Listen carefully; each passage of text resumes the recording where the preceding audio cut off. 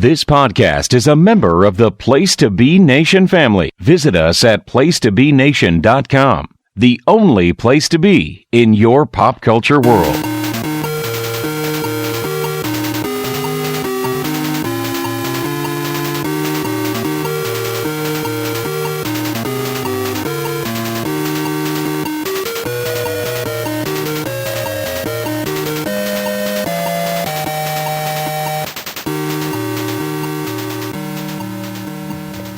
Hey everybody, welcome to a special PTBN Play episode on the PTBN Pop feed. My name is Brad Woodling. I'm joined by Jordan Duncan tonight. Jordan, how are you? I'm doing great. This is the fastest introduction of a podcast of all time, I think. This is how we differentiate ourselves. We get right to the business. You know, Right. Some people like to have very long intro songs and then long drawn-out opens. You're going to read the description, and we're going to jump right into it, guys. So, as a quick refresher, in case you're listening to this 40 years from now, if nuclear war didn't destroy our planet, PTBN Play is anything video gaming, tabletop gaming, any gaming at all, anything under that umbrella on our pop feed. So, what Jordan and I are going to do is we're kind of beginning a long series here tonight, and it plays off of the recent hashtag GameStruck4, which sounds weird, and it looks weird too, but essentially what it was something on Twitter, and for me, I think I saw Kenny Omega do it first, and so it was where people were posting four screenshots of 4 video games that kind of defined them or were very memorable for them. You know, certain pieces of these stories really connected with them, and it spanned their entire kind of life in gaming. So we really like this idea. Is that what you mean by defined? so we like the idea of it can mean something different to everyone, and so we like this idea. But I'll tell you what, it's pretty hard when you've been involved in gaming. And Jordan and I were the same age, so we were born in 1979. So that's a long string of being in gaming. It's hard to find 4, right? So what we're going to do is we wanted to go back to our very first console gaming, and that's the Atari 2600. So we're going to start there. We're going to talk about 4 games that were memorable to us, and it could be a mix of our favorites and some of the top games. We'll see what happens, and then from there we're going to work our way chronologically through, and so you can guess some of the big systems that are going to come, and we'll talk about that as we work our way through. So Jordan, let me start first by again welcoming you, and why don't you give us a quick little background about your earliest memories of the Atari 2600? Gosh, my just legitimate straight up memories, as far back as I can remember, involve video games. Like, my oldest memories are playing Atari in the basement. I remember there was some sort of video game magazine back in the day, because you could take pictures of your high scores in front of your television and mail them in, and if you got a high score, they would put you in the magazine. I remember me and my brother making our parents take pictures of our Pitfall scores and our Pac-Man scores. Oh, that's awesome. Very proud. But the funny thing is, I probably would have been 5 years old, so they wouldn't have been very good scores, and I don't think we ever made the magazine. But those pictures are still floating around my mom's house somewhere, in front of one of those old giant box TVs that are in the big wooden frame with handles that open to nothing. I mean, it totally plays into the wood grain Atari 2600. I'm guessing you probably had a similar version to that. We sure did. Yeah.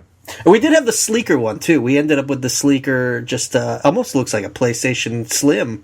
If you remember that one, it's just solid black. Yeah, is that the one they called the Vader console? Did they come out around? Sure. Yeah, I know what you're talking about. They and then they had. I mean, and geez, you could have. With Atari, then the 5200 and 7800, they played 2600 games, and they had all kinds of different things too with it. But that's cool. It's weird though, because Atari's obviously my oldest game memories are Atari, but they're not really the fondest memories. Not that I didn't like them, but I think my fondest memories start with the Nintendo. Like, Atari's kind of, that starter thing. And I feel like it's maybe because of the graphics, but is it similar for you where Atari just doesn't age well? Yeah, it doesn't. It's hard to be. So we're playing off some very early childhood nostalgia, where it's more of our first memories versus this is good. I mean, I remember I really liked the Nintendo because you had 2 buttons, and the Commodore 64 used an Atari joystick, and the Atari, so it's 1 button, right? And It's interesting, actually, because there were some Atari games that used both controllers. I'm going to talk about one a little later, because they were kind of envisioning like moving to that 2-button that we were so familiar with. And so, that was my earliest. I wouldn't say they were great memories. So we had at my grandparents' house up in the Poconos. So it was probably my first video game memory. It waffles between that, and I remember going to my uncle's house and seeing like my older cousin. He was probably like maybe like 8 or 9 years older than me, and they were playing I was thinking Irving versus Bird on like the Commodore 64. Yeah. And I remember being like, whoa, like this is amazing, because I was like totally into sports. And so and then we had the 2600, which is at my grandparents' house. And so that was, I remember sitting by myself and playing a lot of these games, or I'd like rope my younger sister in to play with me, because Atari games are essentially 2-player, except for some of this we may talk to. So I remember roping her into playing with me too. But I don't ever go back, and as much as I've been a little bit of a retro game collector, and I have a 2600 still today. It's not the original one that I played on, same model, sure. And but I have, I do not regularly fire it up or anything like that, but I do have a small collection of games that were meaningful to me. So I think as we'll get on to, from a meaningful standpoint, we'll get into that with like the Nintendo and things like that. But Absolutely. so Atari is kind of the same kind of start for me as you there. It's like you get your toes in the water, but when you learn how to swim, you're swimming with Mario. That's right. And then you go, what was I doing with these really terrible graphics? So. Well, I think it was last year, maybe the year before, for Christmas, when my wife got me, they came out with some Atari classics for PlayStation 4. Yeah. If there's anyone listening and thinking, oh, maybe I should get that, don't buy that. First of all, there's 2 volumes, $20 each. That's a ripoff, because I guarantee every Atari game that was ever released could be fit onto one disc. And it's if you're thinking back with fond memories, don't bother them. Just let them stay fond. I fired that up. I'm like, this. One game that I played was Haunted House. I don't know if that's on your list. It's not on mine. I remember loving it as a kid, and I played it like a year ago, and I had no idea what I was doing, why I ever enjoyed it, or what was wrong with me as a child. So, I would get to games like that, standalone adventure type things don't hold up quite so well. Sure. I think that they would probably argue that like the wrapper that they built around like the high scores and like the online leaderboards and stuff for that could maybe warrant 2 volumes. I have actually myself not dove in on those 2 collections. And I think maybe at the end we'll talk a little bit on how you can play Atari games if you do wish to today. They're actually very small and probably the easiest emulated games out there. So quite a few options. But those 2 are definitely the current gen ones that you'll see at Target sitting there for $19.99. And it'll cross your mind. I mean that's why they're priced like that. Right. It's really like an impulse price point. And I'm sure that's what they were. Impulse. Oh, he likes the old games, because this is when the NES Classic was out, so not this past Christmas, but the Christmas before. She couldn't buy me that, so she got me Atari, and our marriage nearly ended, Brad. Have you forgiven her yet? No. Well, I have, because she got me the Super Nintendo Classic last year, so she redeemed herself. Very good. Mm-hmm. So let's move into our 4, and Jordan, I'm going to let you go first. Okay, sure. Well, just a little caveat. I specifically avoided listing games to where I have a better memory of playing them at actual arcades or like pizza parlors or things like that. So like Dig Dug, Donkey Kong, Pac-Man, Frogger, all good Atari games, but I remember pumping quarters into machines and playing those even better. So I didn't leave any of those out, or I didn't put any of those on my list. Number 4, I'm going to start with, you mentioned how some Atari games are 2 players. This one was actually a 4-player game. And you didn't use the regular joystick, you used the paddle, which that was another thing about Atari. Some games required the paddle. And I went with this one for my first entry because since I know a lot of our listeners are wrestling fans, I figured if their interest is starting to wane, I could mention this name because I picked the game Warlords. As in the Warlord from WWF. Are you familiar with Warlords? I am not. Okay, so Warlords was a simple paddle game. Most of the paddle games were basically shoot a ball, try and break a wall. Super Breakout, Atari Circus, things like that. Warlords was up to 4 players, and you each got a corner, and you had a wall built. It's supposed to be a castle. And so you'd shoot the ball, and you had a paddle that kind of went around each corner. And as you hit the walls, you would break down the walls, and you were trying to kill the person inside of each castle, each warlord. So it's kind of a 4-player game where you're. It was different than your standard Breakout, where your paddles are sliding across the bottom of the screen, because there's 4 paddles. Yeah. So bottom left, bottom right, top right corners. It's just a really unique game, and I remember playing that with friends, and it was the only 4-player game I remember. We played a lot of Warlords, and it was a game for me as a kid who's 5 or 6 years old, just furiously moving that paddle back and forth. I couldn't beat my big brother. I could beat my dad or my mom sometimes. I wouldn't always do it, but it was a game where really anyone had a shot at winning. It was a really fun game. So Warlords is my first pick as an Atari game that sticks out to me as a defining game for the 2600. Okay. Awesome. Hold on one second here. I'm surprised you didn't know the Warlords, man. That's a pretty good one. Well, I think also is that we're kind of, we were at an age where we were 5 or 6 where we weren't exactly shopping or collecting, so we're kind of limited to what did we have in the house. And there were a lot of 2600 games, right? So I'm going to do a quick segue in that, back then they didn't have the same laws or kind of like a licensing that they have today, right? Where only Nintendo could make Nintendo games, right? And remember Tengen sued them and whatnot because they would make third-party games. Well, when the Atari was going on, anybody, Sears can make them. Anybody can make a game that played on the Atari 2600. And heck, I'm trying to remember the system. It was either the ColecoVision or the Intellivision. Something in there could actually play 2600 carts. Oh, wow. And that was when they kind of drew the line and started being no, you can't make hardware that can play our games. so yeah, it was the Wild West, and that's partially where the video game collapse of 1983 came in. Yes. Now we were still playing these games because our grandparents or parents had bought them, and they were you're going to play them, and they paid a lot, and they were probably bad, as we may discuss later too. A lot of bad games, And actually, another funny story is, we talked about hinting. We're going to talk about the NES next. Is that the original NES games have sprite art on the front, right? You think of Super Mario Brothers, and the reason they did that, and I will cite this in a story in a second for those out here that may have saw it, was that Atari got there were a lot of issues around the crash because Atari's box art was amazing. So people would buy these games and be like, wow, look at this Warlord art. This is amazing. And then they'd open it up and be this looks like a penis walking around. And so the Nintendo wanted to be this is exactly what you get. They have, the sprite on the front, the big sprite, and then on the back they would have screenshots. And that's why they did that, because they didn't want to mislead anyone because they were trying to break into the market. And there's actually, Kotaku has a series out on YouTube with Chris Kohler, who actually I've followed for quite some time, and they're kind of reviewing it's called Complete in Box, and they're reviewing kind of early Nintendo games and different games and what came in the original packaging, and that was one of the first ones. So that's why. So Atari games, again, they looked really great. Your grandmother bought E.T. for you, and then you were pissed. So that's how it kind of went back there. So no Warlord for me. But the first one that I'm going to talk about actually is Breakout. Oh, okay. And so talk about paddles, and Breakout it's a Pong type of Pong game, right? So Pong was the first video game, right? But those kind of physics was something that the Atari did really well.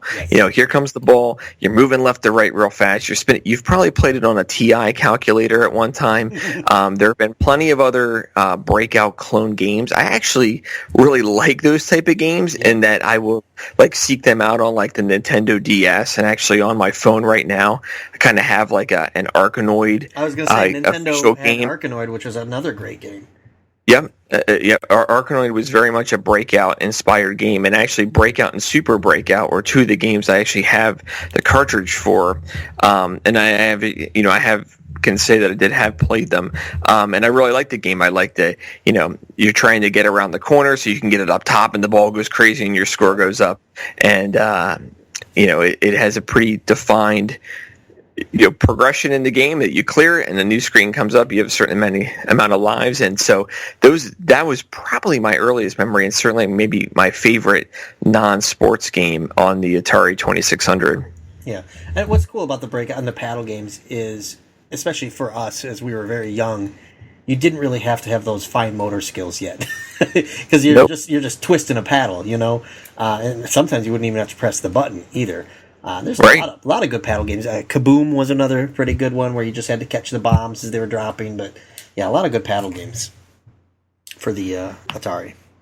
Yep. All right, what was your next one there? So my next one, I almost didn't rank, and I ended up putting it on there because I don't really remember the game as much as I remember a story surrounding the game. But I guess since we're listing games that defined us, if I always think of this story and I always think of this moment growing up, then that's kind of a defining moment, right? So sure. I listed a game called Kangaroo. Now, Kangaroo was an interesting game. It was sort of a Donkey Kong style where, you have to climb and ascend to the top of the board to save the Joey, I guess. Is that a baby kangaroo, a Joey? That is. Now we're an animal podcast. Yeah, you're learning tonight, guys. Exactly. So you play the role of a mother kangaroo, and you have to, rescue your Joey. And it was a fun game. I remember playing this one with my brother. A lot of my Atari games played with my brother. It wasn't until Nintendo where we really started to fight over who got to play what. Sure. Very, very co-op, What was cool about Kangaroo was the kangaroo had boxing gloves, so if there's enemies, you could punch them, and that's what you would use the big red button for, was to punch rather than to jump. So to jump, you'd actually press up on the joystick. But it's basically kind of a Donkey Kong ripoff, but the whole reason I ranked it is because, now if there's any children listening, you may want to pause the podcast, have them leave the room for a few minutes or anything like that. But Kangaroo almost ruined Christmas for me, in the sense that I almost learned the truth about Santa Claus and, how it was my parents and things like that at a very young age, because on Christmas Eve, we had gone to bed. My parents were getting the toys out and doing things. Now, when Santa came in my house, presents weren't wrapped from Santa. They were just under the tree, so we just had them. As we've grown, when Santa visits my house now, the presents get wrapped because, I can respect not doing that hustle. Yeah. The night before. Exactly, But apparently, this year, my dad was interested in some of the games that we were getting, and he wanted to try them out before, we hogged them all up on Christmas morning. And so he busted Kangaroo out of the box, and he was playing it a little bit. And as the story goes, I don't really even remember the story, but it's been retold so much that I have this image in my head because I can picture my basement and everything. Apparently, he didn't turn the volume down enough. It woke me up. I got out of bed, started coming downstairs. My parents heard me. My dad hurried to turn off the television. They're like, "What are you doing?" They had to cover up the tree. And my words were, "I thought I heard kangaroo." And, and that's for that reason alone, I have to rank that game. That I heard Kangaroo on Christmas Eve calling to me, woke up, and nearly found out the horrifying truth that my mom and dad were the ones behind all this Santa Claus business. The game itself was fine. Like I said earlier, a lot of the Atari games don't age that well. I haven't played it in a long time because it's not really a well-known game. It's probably not going to be on any best of discs that you can buy for PlayStation or anything, but for that reason and that story alone, it's got a never-ending legacy in my family, as we've told that story for a long, long time. So Kangaroo is my number 3. Now, I have to ask the follow-up question here is, so did you know, the sound effects from, playing it at a friend's? Because, I'm going to be honest, people, there was no voice synthesizing saying, kangaroo, or, you thought you heard him say the name. I think what it was is that it's probably the game that I wanted most, so I just heard a game being played. Would be my guess. I honestly don't remember that much. It probably was an arcade game because so many Atari games were just arcade ports, so maybe I'd played it in an arcade.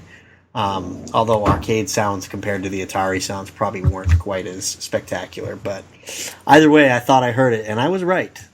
You were right. You were. That's a great story. Yeah.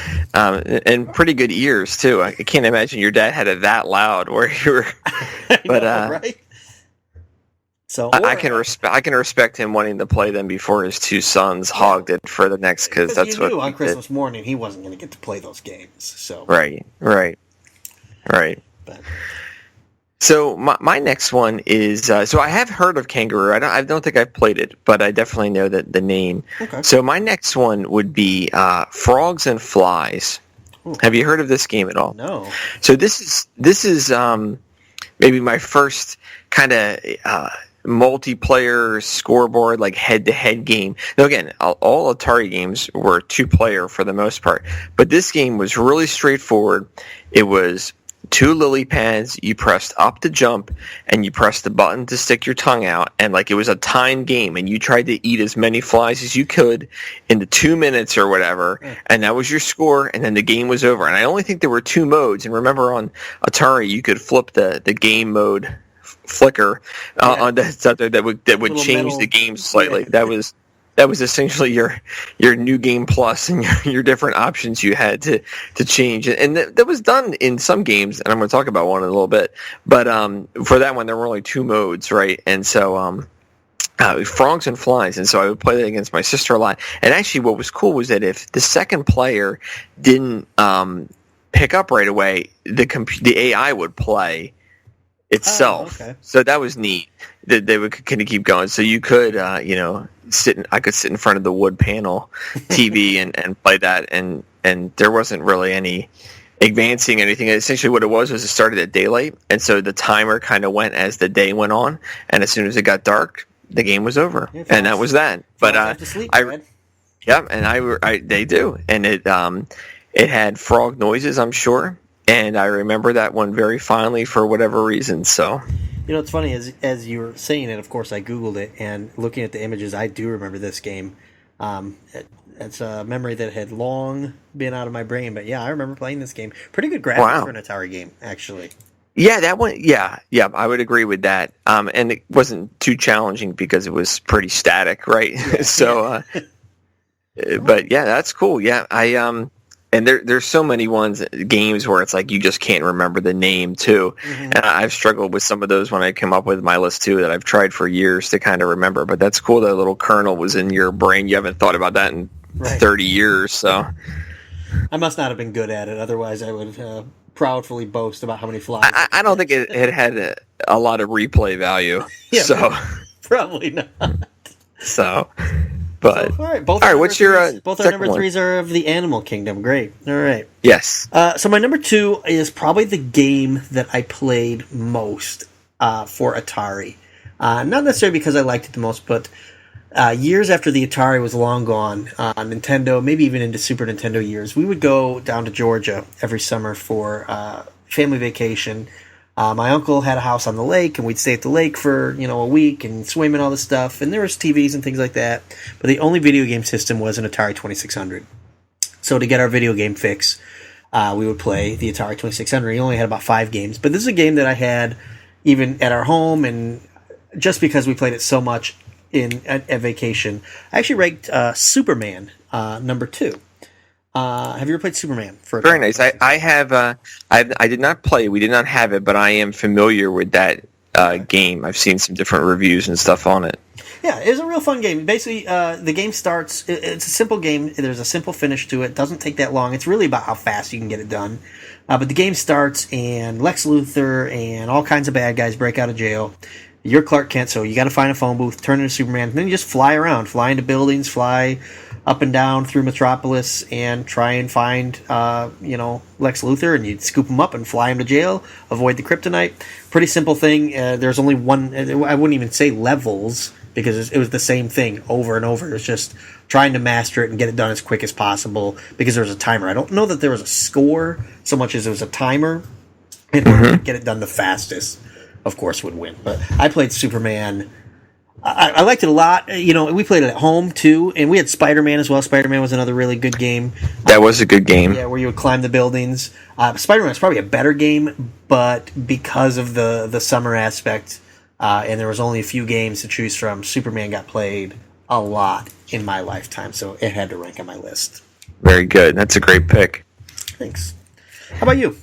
So, I think for my number 2, so I'm going to go with, so I talked a little bit about kind of single player games, and kind of towards the end of Atari they were trying to move to this, right? And there's, I think, maybe a game on your list, one you name dropped already, that was maybe one of the original side scrollers. But so I talked about E.T., right? Mm-hmm. Where it was like grandmothers got burned because this very popular movie. You can look the story up. You can look the story up on.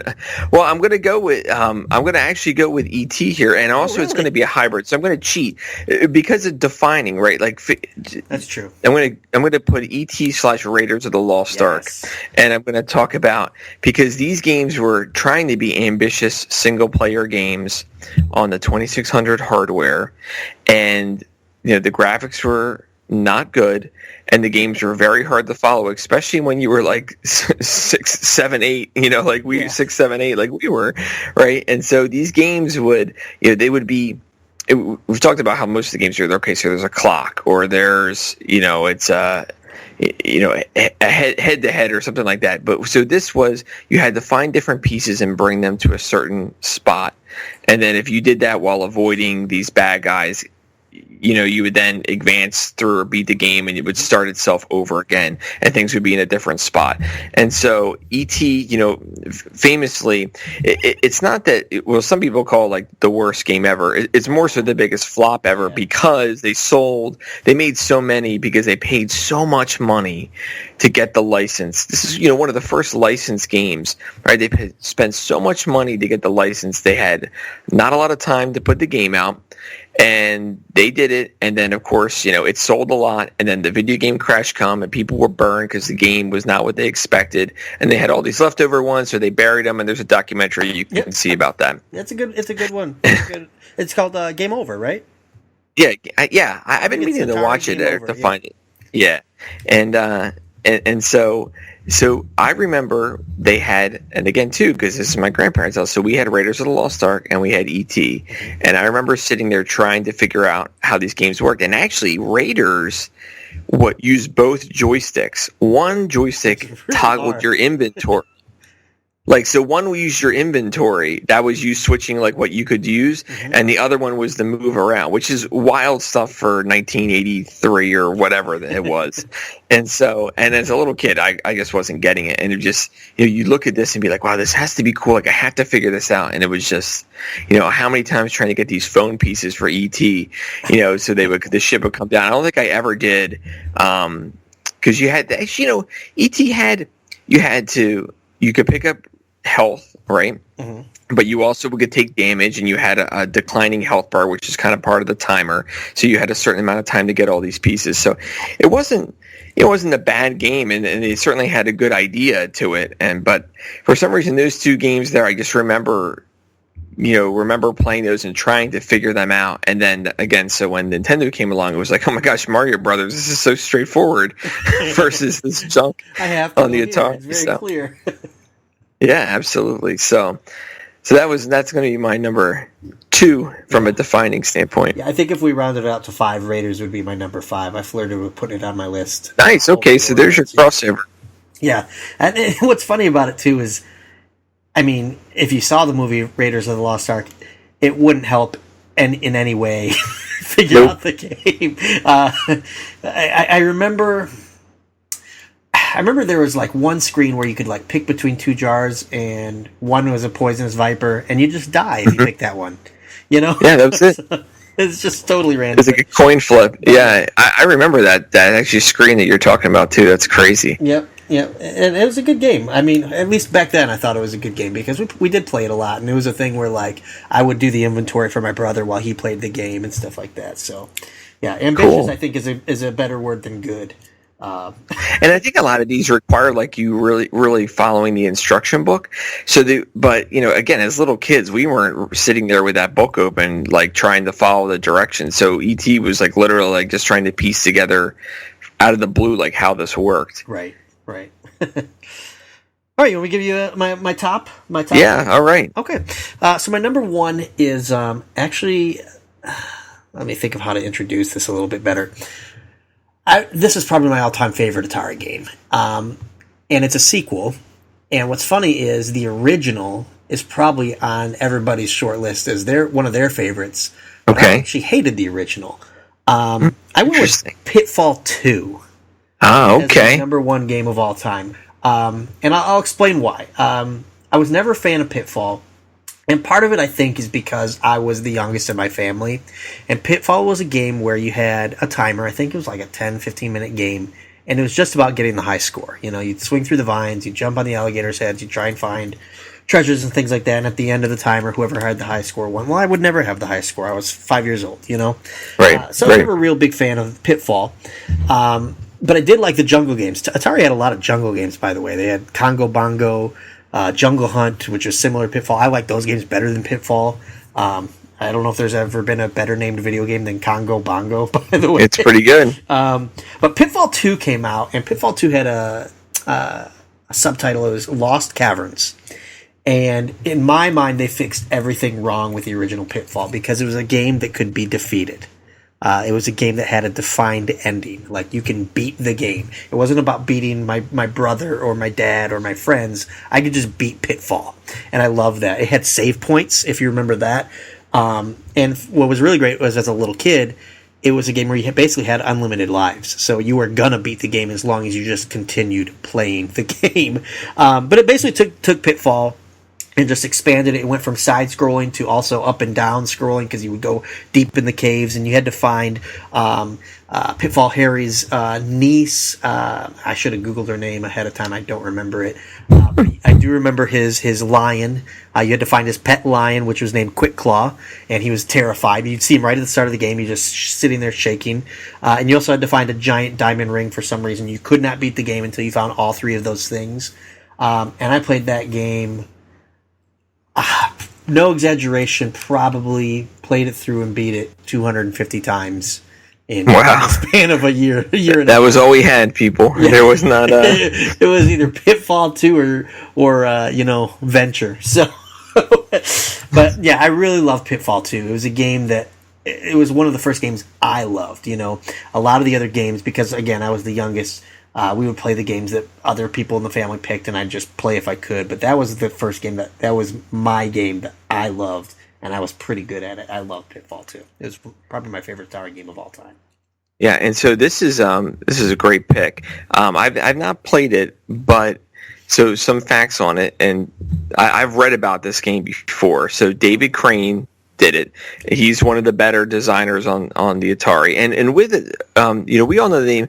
So here's something younger listeners can relate to: Activision, right? Mm-hmm. So they were a huge developer and publisher on the 2600, and in fact, their carts and the art on the carts kind of all look the same. You could tell, so Activision was developing, and they were printing these carts themselves too, and they were the best developer for this game. And there was actually even a compilation for PS2 and I think PSP. Yeah, definitely PSP. This is Activision classics, and it's their 2600 games, and these are the better games on the system you're going to find. Yes. And Pitfall 2 was one of the last releases on the 2600, so this is after that crash we talked about. So it really was like, let's say you're programming a game for the Nintendo right now, and he just absolutely maximized what the system could do. Right. And that was and so that was Pitfall 2, and it's actually that's a great pick, and I think you're lucky to have it, but I don't run across too many people that had that one, just because, again, either people were either turned off by it at that point by the Atari, because this was 1984. It was late in the game, yeah. Yeah, in 84, so the Nintendo wasn't quite out yet, but it was close, so 85 for Nintendo. I believe you could swim in Pitfall 2 as well. Which was a pretty unique thing, that, it wasn't just running and jumping. There was also swimming. Just the aspect of doing multiple different things is pretty ambitious for an Atari game. the game's plot, and now we're on Wikipedia, which is not all too unfamiliar. It was loosely remade into Super Pitfall on the NES, so there you go. Yeah, and there was a Super Nintendo Pitfall game that was actually really good too. I'm not sure what that was called, but I remember on the Super Nintendo Pitfall game, you could access a hidden level and play the original, not the game I'm talking about, but the original Pitfall, like the 2600 graphics, along with the sounds and everything. So Pitfall is definitely one where the sounds still ring in my head, from Atari. music was not really one of Atari's strong points, but the sound effects of Pitfall might be most famous to me. And one other note on there, and I knew this is where I read it from, right? So there was a time 6 years ago or so where I would get the Retro Gamer magazine. It's a UK published, but you could get it in Barnes & Noble here. Really high quality, like $8-9 a magazine. Really nice art and stuff. And they had a 2600 issue, and I have it upstairs in my office now. Awesome. And this game, and Pitfall 2, The Lost Caverns, was ranked the number 1 2600 game of all time. So you're talking, you got it right. And so that's where I remember it from. So when you brought up, God, I haven't played this game, but God, I know so much about it. Why? Oh, because I read this gigantic article on it 7 years ago. So there you go. All right. Well, I guess I have excellent taste then. So there you go. Since I picked the best game, I guess your choice is just going to be subpar. But let's hear what it is, anyways. Well, this is we're gonna morph into some sports game talk now. So when we started doing our Game Struck 4, we were all talking about sports games that defined the '90s for us in our PTBN chat. Because again, you're talking about a demographic that is guys loosely within the same 10 years of age and likes wrestling, likes sports for the most part. So we've all played this game. So the first sports game that I ever played was Super Challenge Baseball for the Atari 2600. And now, so Super Challenge Baseball was one of those Sears games I talked about. Really thin black carts that had a sloped, angled front. Yep, I know exactly. And blue letters. And they also had Super Challenge Football. Look, these were not fancy-looking games, right? And I guarantee I'm almost positive they were Sears purchases. They developed them or whatever. And my grandparents had these games. And again, I was super into sports. Anything I could watch and consume, I would. We played outside all the time. And so, they had baseball. And the only thing was, we really didn't have anybody to play against in baseball, so I played against myself. So with two controllers in front of me, this is where I learned my hand-eye coordination, is I would pitch with one. Oh, wow. And then immediately grab the other controller and hit with the other, and then immediately go back and field with the other controller. And I remember my uncles and my dad, when my dad's brothers and brother-in-law, sitting, we're in this family room, and they're like, nobody wanted to play me. I guess I was good at it. Maybe they were just being nice or tired adults, as we know now. It's oh no, you're too good, I don't want to play. At the time I was yeah man, look, I'm so good, my uncles don't even want to play me. But now as a dad, I'm yeah, they were just wanted to get 15 minutes of everyone shutting up. Yeah. So I really remember this baseball game and sitting around, and that's my most defining memory, is the extended family sitting around as this child sits in the middle of this floor with this orange fluffy carpet, Just like my basement. Yep. Yep, absolutely. I mean, this is the 80s, baby. So and then football too, real quick on it too. That was another one we had, but that was super confusing. And literally just a couple years ago, before my grandfather passed, I was up at the house, and underneath a pile of VHS tapes of old minor league baseball year in review things, I found our crisp original Atari manuals that we had never opened, right? Never done it. The games in the system were long gone. My younger cousin had it or whatever, and I no interest again, because I wasn't I want to play the Atari again. No, I did not. Then as a nostalgia hunter, I was I just want to see what's still in here, and I found all these manuals. Some of the games I'd never played, so who knows where they were. But I remember finding football, and I would sit and try to figure this game out, and it was so confusing to you just hike, and you could run off the left side of the screen, you show up on the other, and it was just, I tried to make my siblings play, and they were just this game sucks. And so, but baseball was my main one, but I remember the football counterpart, and actually, a couple years ago, I think I spent $1.50 maybe, or $2, and I procured a copy of each of those that I have on my shelf. What's funny, purely I went to Amazon to see if you could buy a copy of Super Challenge Baseball, and $3.76. So you got it for a steal if you only paid. Yeah, I think that's probably they're overcharging and inflating there on that one. That's a dollar bin game. I will say this though, it has a 5-star review. It's the only review for the entire game. And here's what Owen Clampett reviewed. Okay, what did he say? I like this guy already. He said, "Good game, plays great." Okay, so even still, in 2005 or whenever he put that review out, good game, plays great. I mean, I guess it did. I don't know. Yeah. So, I mean, you could play but then, offense and defense at the same time. So yeah, it must be. yeah. Yeah, it was good. I remember hitting home runs, and that's why, as we segue into what will be with the NES, is that some of those games and some of those sports games were so, mind blowing. I remember going to youth events at our church and being like, "Oh, Andy brought his Nintendo and Tecmo Bowl," and I was like, what is this?" Yeah, we could just rank the sports games for NES. And, We'll get to that. That was just a minor teaser for the end, but those are my Atari picks there. And you talked a little bit about the current gen ones, and if you wanted to find those. And something else I wanted to mention, you mentioned the NES Mini, is in addition to the software that comes for like the PS4 and stuff, is they do have kind of the flashback consoles for Atari, yes, where it's the plug and play, and those are actually very good. So a lot of plug and play consoles are not good, like any Sega clones. They're bad. Yes. But with Atari, the sound sucks already, and the emulation has been perfected because it was not anything to write home about. Right. So those consoles are actually very diverse. You can use your original controllers with them. Wow. Too, if you wanted to put them in, and they have some cool things like I can't remember the names of that, but there's some unreleased games, like some sequels that never got published that they put on those consoles and stuff. So if you were an Atari aficionado, you already know this. But those ones I would say is they're actually good machines to capture like that Atari feel if you needed to have that plugged into your current day TV. Yeah, and there are plenty of options. You can pick those up like I've seen them at Target and Walmart and yeah, Toys R Us while they're still around. You could pick those up as well. So yeah, absolutely. But yeah, I mean, Atari is not our first one. Yeah, we made it through the first one. Atari is not my fondest system, but it is it was my gateway system, and so for that, I will always cherish some Atari memories. But as we progress, I've got more memories, and the ensuing list that we make are going to be a lot harder to come up with, to narrow down to 4.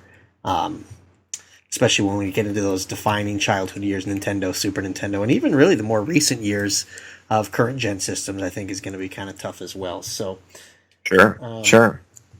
So, hey, if you have any memories from the 2600, feel free to reach out to us on Facebook or Twitter. Share them with Jordan and I, and we will be happy to converse with you on that one. Yeah. Yeah, so if you're wondering where we got this again, the hashtag that you can look up on Twitter, I think on Facebook as well, but Twitter is where we found is hashtag GameStruck4, the number 4. I believe it was Barstool Gaming was the original account that came up with it. But if you want to just share it so we see it, you can use the hashtag PTB Top 4, and we'll be using that for all of our episodes so we can kind of keep track of who likes what, and we'll go ahead and probably post our lists tonight or tomorrow whenever this pod drops. How's that sound, Brad? Yeah, it sounds good, and I think I may even pull like 4 images from my games and post them out there so people go, what? Yeah. Right? So we can share those around too so you can see what we're talking about. I'll just put a picture of Santa Claus for my kangaroo entries. That's a great story. I'm going to look up kangaroo. That's the first thing I'm going to look up for the Atari after this. I want to see what this game was. So not bad. It was okay. The story is why it made the list, not the game itself. So sure. I will say just one other. My one cut was Combat. I don't know if you're familiar with Combat. It was like the first game, like 1977 on the system, and I have a family story with that too. So my brother was cleaning out his grandfather-in-law's house after he passed away, and he had a pretty fresh 2600 with like some of the controllers I don't think were ever used. So it's amazing to find like these from 1980 that are like brand new.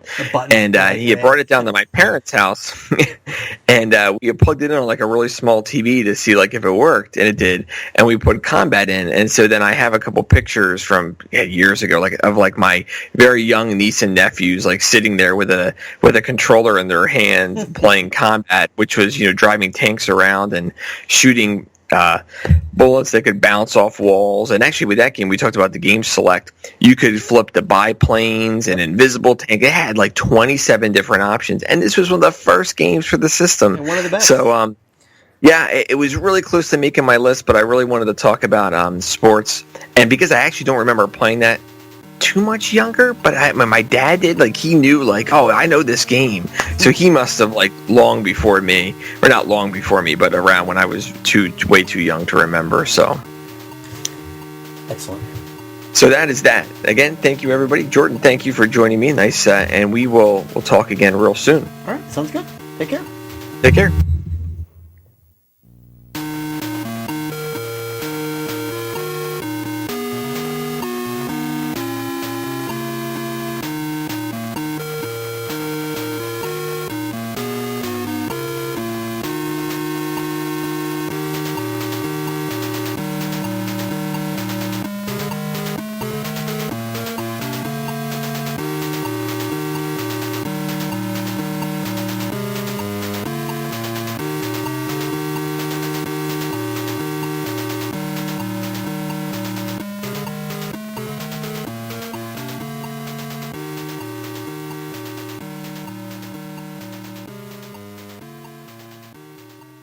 Promotional consideration paid for by the following.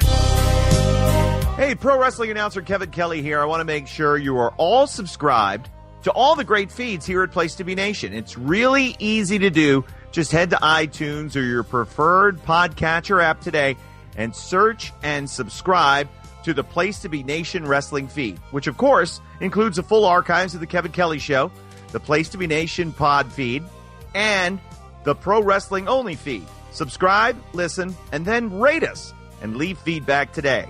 And be sure to give Justin your true thoughts. I mean, don't hold back. After all, he is kind of a jerk. Just listen to Scott.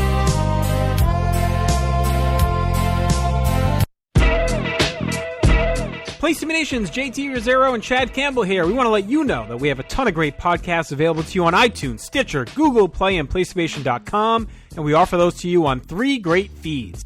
On the Place to Be Nation Wrestling feed, we bring you the Mothership, the original Place to Be podcast, as well as Main Event, Lucha Afterground, and our monthly pay-per-view reaction shows, as well as the Our Vantage Point podcast and Jeff Learns Wrestling. In addition to these full-length shows, we also deliver quick-hit pod blasts on topics old and new. Over on the Pro Wrestling Only feed, we dive deep inside the wrestling business with a stacked army of experts leading the way. The feed features potpourri shows such as This Week in Wrestling, Greetings from Allentown, Psychology is Dead, Puro Potpourri, Stacy and Elliot's Bogus Journey, and the Military Industrial Suplex.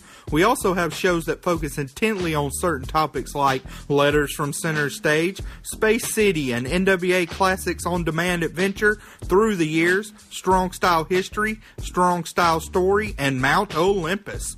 Plus, the feed has the full archives of legendary shows like Titans of Wrestling, Where the Big Boys Play, Letters from Kayfabe, and much more.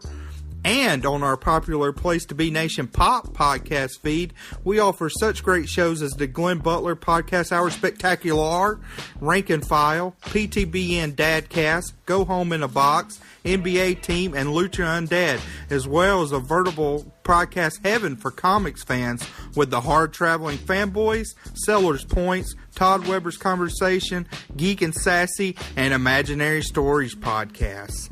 You can find all of these current shows plus archives of our past podcasts, including The Kevin Kelly Show, as well by subscribing to all of our feeds on iTunes, and while there, be sure to rate and leave feedback as well.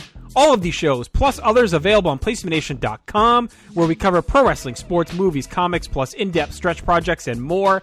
Be sure to support our site by using PlaceToBeNation.com/Amazon when shopping online, and download our free PTB Vintage Vault Refresh ebooks via the links on our site. We also want to thank our friends at Bonehead's Wing Bar in West Warwick, Rhode Island, and Fall River, Massachusetts, TheHistoryOfWrestling.com, and Scott Keats' Blog of Doom. Be sure to follow us on Facebook, Twitter, Instagram, and Tumblr as well. PlaceToBeNation.com, the only place to be in your pop culture world.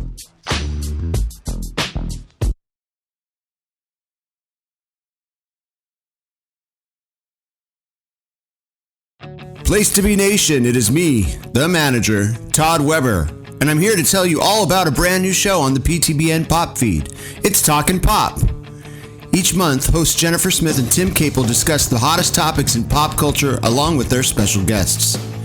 Funny, illuminating, and even sometimes a bit naughty, Talkin' Pop is our latest and greatest legendary Place to Be Nation podcast. So be sure to join Jenny and Tim every single month on Talkin' Pop, proudly part of the PTBN Pop feed on iTunes, Stitcher, and PlaceToBeNation.com, the only place to be in your pop culture world.